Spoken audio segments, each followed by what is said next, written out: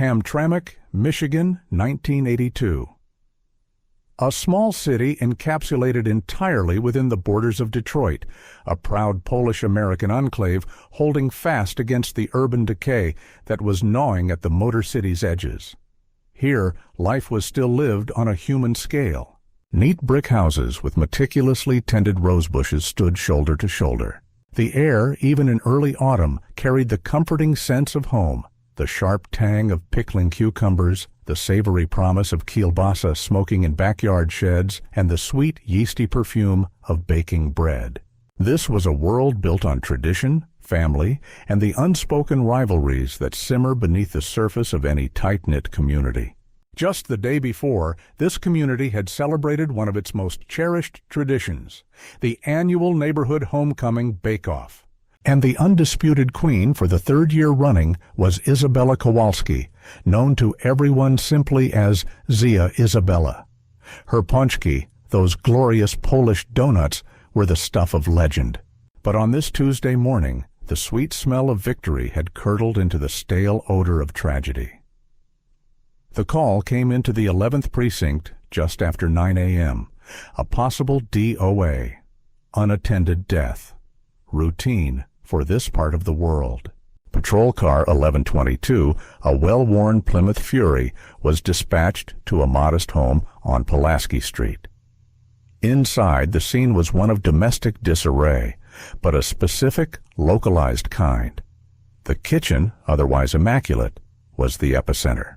An elderly woman, Isabella Kowalski, lay on the checkered linoleum floor, her head at an unnatural angle near the sturdy leg of a cast-iron stove. A small, dark pool of blood had dried on the floorboards, testament to a fatal impact. A dusting of all-purpose flour covered parts of the floor like a fine snow, and an overturned bag of Domino sugar lay nearby, its contents spilled in a gritty fan. To the responding officers, the story wrote itself. An old woman, likely dizzy or weak, was baking in her kitchen. She slipped, perhaps on the spilled sugar, and fell, striking her head. A tragic but entirely plausible accident. The medical examiner's preliminary assessment, delivered over the phone, concurred. Case closed before it was even officially opened. But there was one detail that didn't fit the tidy narrative of a simple accident.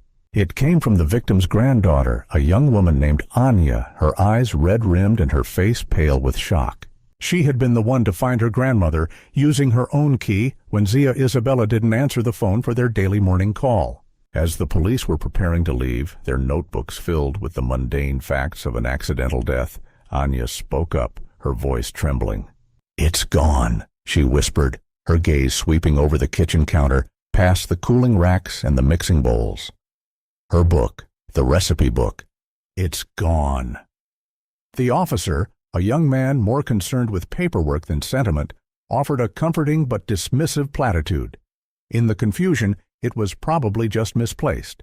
But Anya was insistent. "You don't understand," she said, her voice gaining a sharp edge of desperation. She never, ever let that book out of her sight. It was always right there, on that little shelf above the spice rack. It was her life. It was everything. The book, a thick, leather-bound volume, its pages softened and stained by decades of use, was more than a collection of recipes. It was the Kowalski family Bible, a handwritten history of every christening, wedding, and funeral, all chronicled in the language of flour, butter, and love. Funeral. Its absence was a silent, screaming anomaly in a room that was supposed to be the scene of a simple, tragic fall. Detective Frank Fury of the Detroit Police Department's Homicide Division was not a man who believed in simple accidents, especially when they came with loose ends. Fiore was a product of the city's other great immigrant enclave, the Italian neighborhood just a few miles away. He understood the nuances of communities like Hamtramck, where honor, reputation, and a secret family recipe could be valued more highly than money. He drove a city-issued Ford LTD, a heavy, boat-like sedan that had seen better days, much like the city it served. At 45, his face was a roadmap of long nights and too many cups of precinct coffee, but his eyes were sharp, missing nothing. He'd heard the patrolman's report, an open and shut case of an elderly woman falling in her kitchen. But the addendum about a missing book, dismissed by the uniforms, was precisely the kind of detail that snagged in Fiore's methodical mind. He decided to pay a visit to Pulaski Street himself. He arrived as the coroner's van was pulling away. The house felt unnaturally quiet now, stripped of its matriarch. Fiore ducked under the yellow tape and entered the kitchen. The scent of stale sugar and something else, a faint, almost imperceptible hint of rosewater, still hung in the air. He surveyed the scene not as a collection of facts, but as a story waiting to be read. He saw the spilled sugar, the flour, the position of the body as the chalk outline now indicated. But he saw more. He noticed a small, dark scuff mark on the linoleum near the victim's feet, inconsistent with a simple slip. It looked more like the mark of a heel, digging in, pivoting. He saw the way the flour was scattered, not just a spill, but a wider dusting, as if from a sudden, violent motion, a struggle. He knelt, his knees cracking, and looked at the cast-iron stove. The corner that had delivered the fatal blow was unforgivingly sharp. An accident? Certainly possible. But the missing book was the key. People don't steal memories in the midst of a tragic accident. Fiore found Anya sitting on the front stoop, wrapped in a neighbor's blanket. He sat beside her, not with the rehearsed sympathy of a beat cop, but with a quiet, patient presence. He didn't ask about the fall. He asked about the book. "Tell me about this recipe book, Anya," he said, his voice gentle. The young woman's story poured out. The book had been started by her great-grandmother in the old country, carried across the ocean, and passed down to Zia Isabella. The punchki recipe was its crown jewel, a secret so closely guarded that Isabella mixed certain key ingredients in private, away from even her own family's eyes. It was her legacy, Anya explained, tears welling up again. She always said the recipe dies with her, unless she chooses who to pass it to. And she hadn't chosen. Fiore listened, absorbing every word. This wasn't about a simple cookbook. This was about heritage, identity, and power within their small world. He looked back at the house, at the kitchen where a life had ended. The motive, he suspected, wasn't robbery in the traditional sense. It was something far more personal. The theft of a soul written on paper. The investigation was no longer about a fall. It was about a murder. To understand the crime, Detective Fiore knew he had to understand the world in which it occurred. And in Hamtramck in early autumn, that world revolved around the neighborhood homecoming bake-off. It was held in the basement of St. Florian's Church, a cavern of polished linoleum and fluorescent lights that, for one day a year, became an arena of culinary combat. Fiore decided his next stop would be to talk to those who had witnessed Zia Isabella's final triumph. He found the event organizer, a bustling, good-natured woman named Mrs. Nowak, still cleaning up. The air still smelled faintly of baked goods and floor wax. Long folding tables were stacked against a wall, and a banner proclaiming Hamtramck Homecoming 1982 drooped forlornly from the ceiling. Mrs. Nowak was happy to talk. The bake-off, she explained, was the social event of the season. Bragging rights were the real prize, a currency more valuable than the modest $50 gift certificate awarded to the winner. Fiore, a man who could appreciate the finer points of a well-made cannoli, asked about the competition. "Oh, it was fierce this year, Detective," Mrs. Nowak said, leaning on her broom, "especially in the pastry division. It always comes down to the same two, Isabella Kowalski and Elena Rossi." Fiore made a note. Elena Rossi. "They've been going at it for 20 years, she continued, a hint of gossip warming her tone. "Friendly, you know, but not so friendly, like two heavyweight fighters who smile before the bell rings." She described the scene from the day before. Zia Isabella basking in her victory, accepting congratulations with a humble, knowing smile. And Elena Rossi standing off to the side, her face a mask of polite disappointment. She had come in second place again. Her own paczki were excellent by all accounts, but they lacked the ethereal lightness, the secret floral note that made Isabella's legendary. Elena tried to look happy for her, Mrs. Nowak recalled, but you could see it in her eyes. It was eating her up inside. Fiore spent the next few hours talking to others who had been there. He spoke with one of the judges, an elderly tailor, who described the taste of Isabella's winning entry with an almost religious reverence. "It is like tasting a memory of the old country," he said. "A perfect thing." He spoke with neighbors who confirmed the long-standing rivalry. They told stories of Elena Rossi trying to pry the recipe from Isabella for years, using every trick she could think of: flattery, casual questions about ingredients, even trying to peek into her kitchen. Isabella had always just laughed it off. Fiore was building a psychological profile. Elena Rossi was not just a competitor, she was a woman obsessed, an artist forever in the shadow of a master. For 2 decades, she had been second best.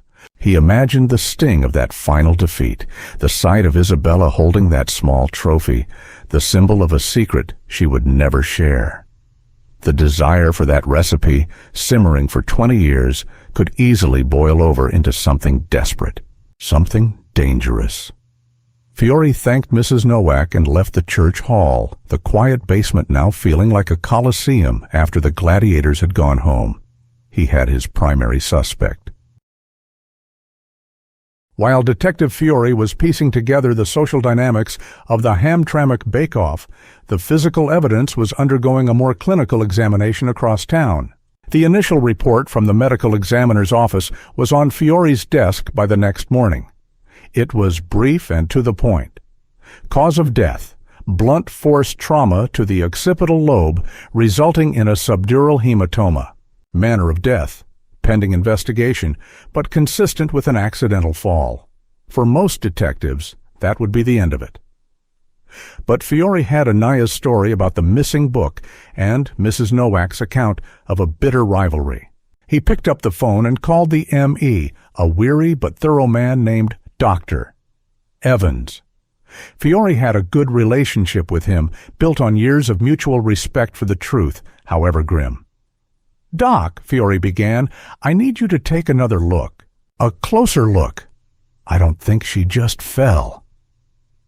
He asked Dr. Evans to check for anything, no matter how small, that might contradict the accident theory.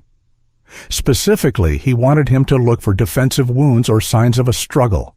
"Frank, it looks clean," Dr. Evans initially replied, the rustle of papers audible over the line. "But for you, I'll put her under the microscope." Fiore trusted him. While he waited, he drove back to the small house on Pulaski Street.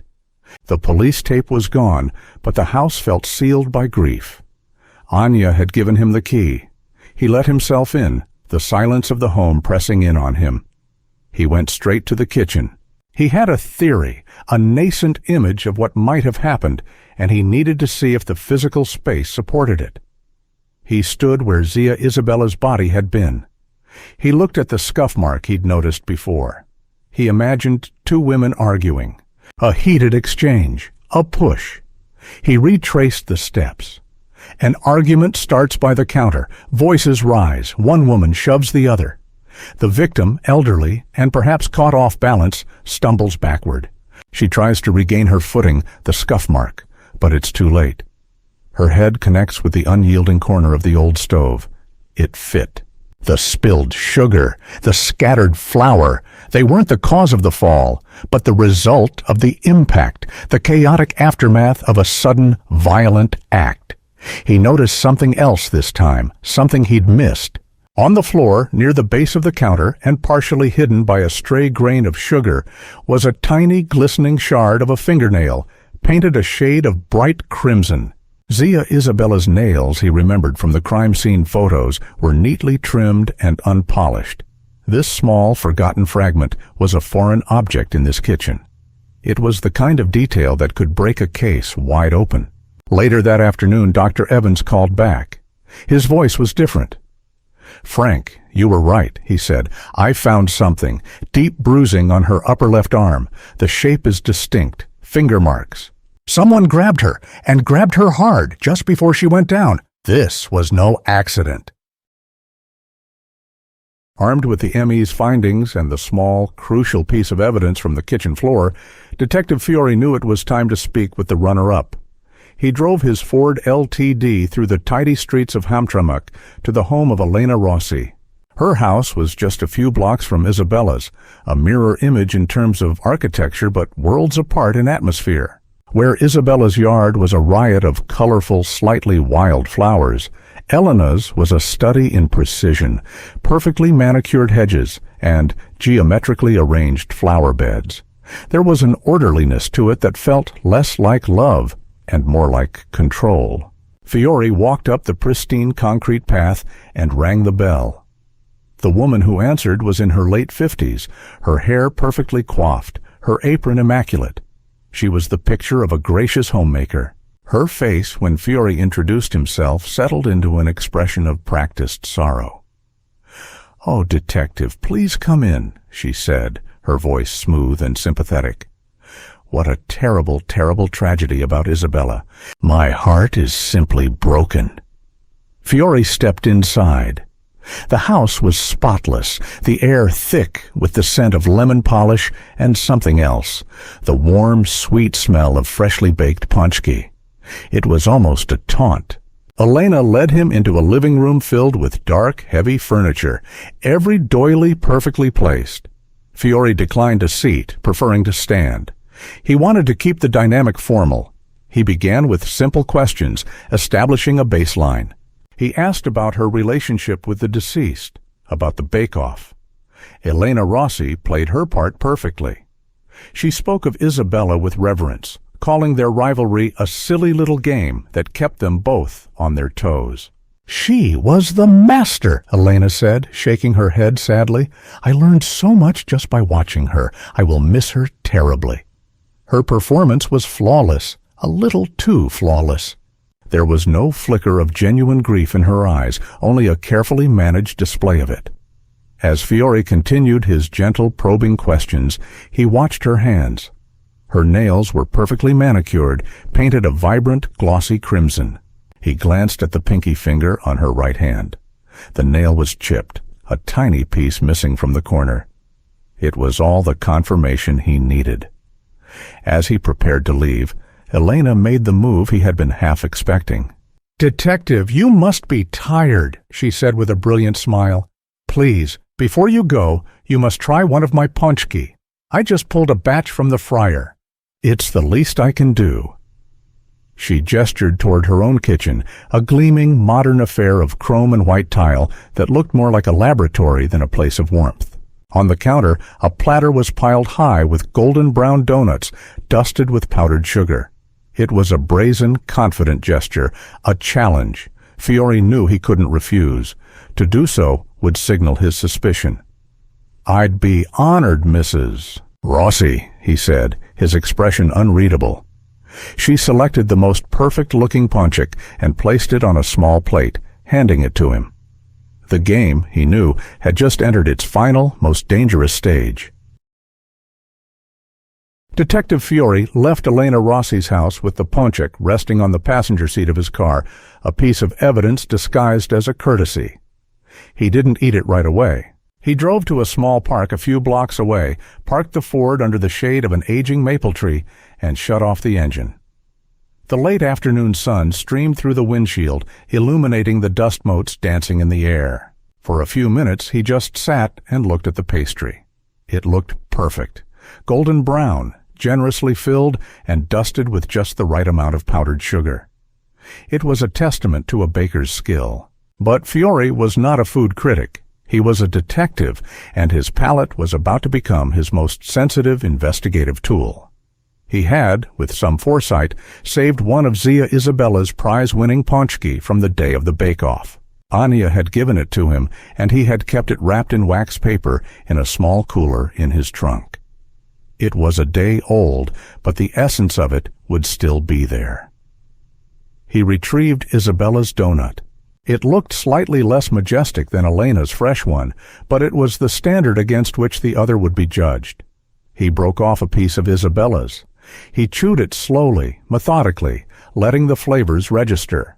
There was the rich, yeasty dough, the sweet plum filling, and then there it was, the ghost of a flavor he couldn't quite name. It was floral, but not vanilla, aromatic, but not almond. It was rosewater, a subtle, almost secret ingredient that elevated the pastry from merely good to transcendent. This was Isabella's signature, the secret she guarded so closely. It was the taste of victory. He took a sip of water from a thermos, cleansing his palate. Then he picked up the offering from Elena Rossi. He broke it in half. The texture was identical. He took a bite.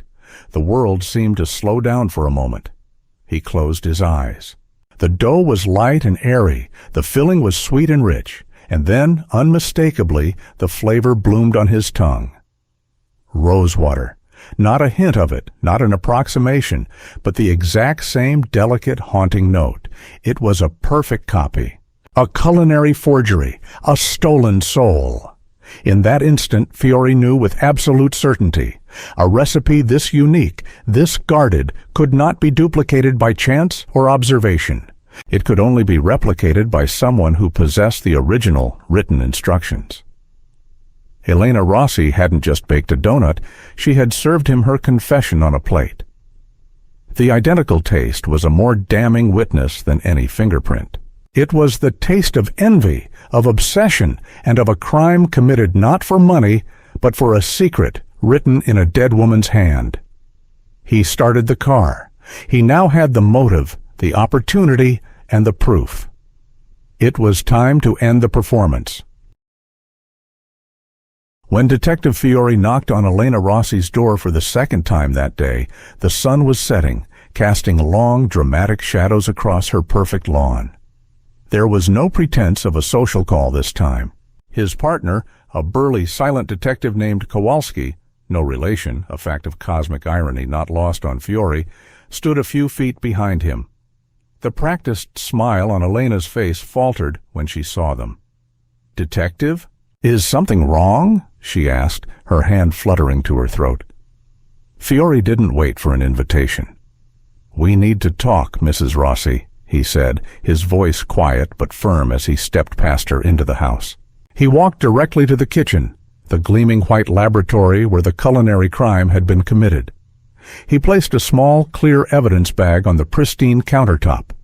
Inside was the tiny crimson shard of fingernail. "We found this at Isabella Kowalski's house," Fiore stated, his eyes locked on hers.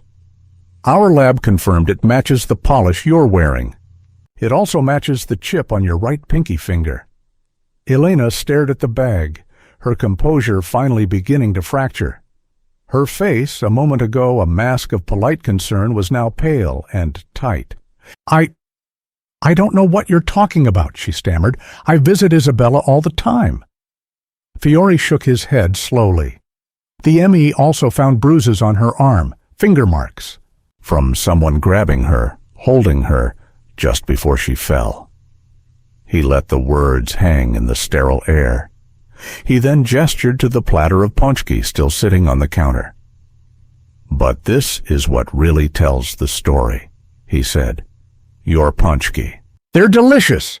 In fact, they're identical to Isabella's. Same texture, same filling, same hint of rosewater, a secret she never told a soul." He saw the flicker of pride in her eyes, quickly extinguished by fear. That was the crack he was looking for. "You couldn't resist, could you?" Fiore pressed on, his voice softening, becoming almost conspiratorial. "After all those years, all that time in her shadow, you had to know. You had to have it." That was what broke her. The appeal to her pride, her obsession. The tears came then, hot and angry.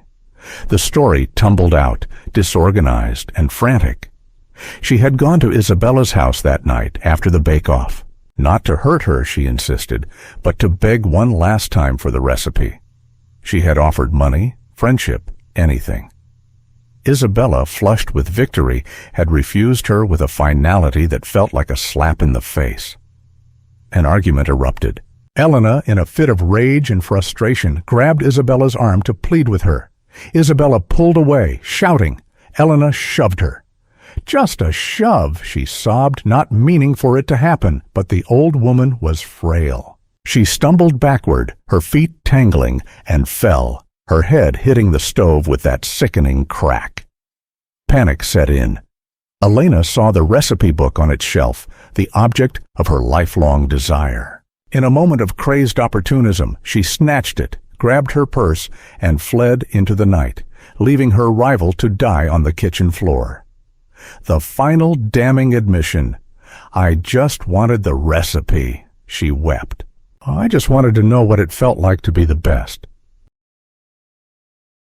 The arrest of Elena Rossi sent a shockwave through the quiet streets of Hamtramck.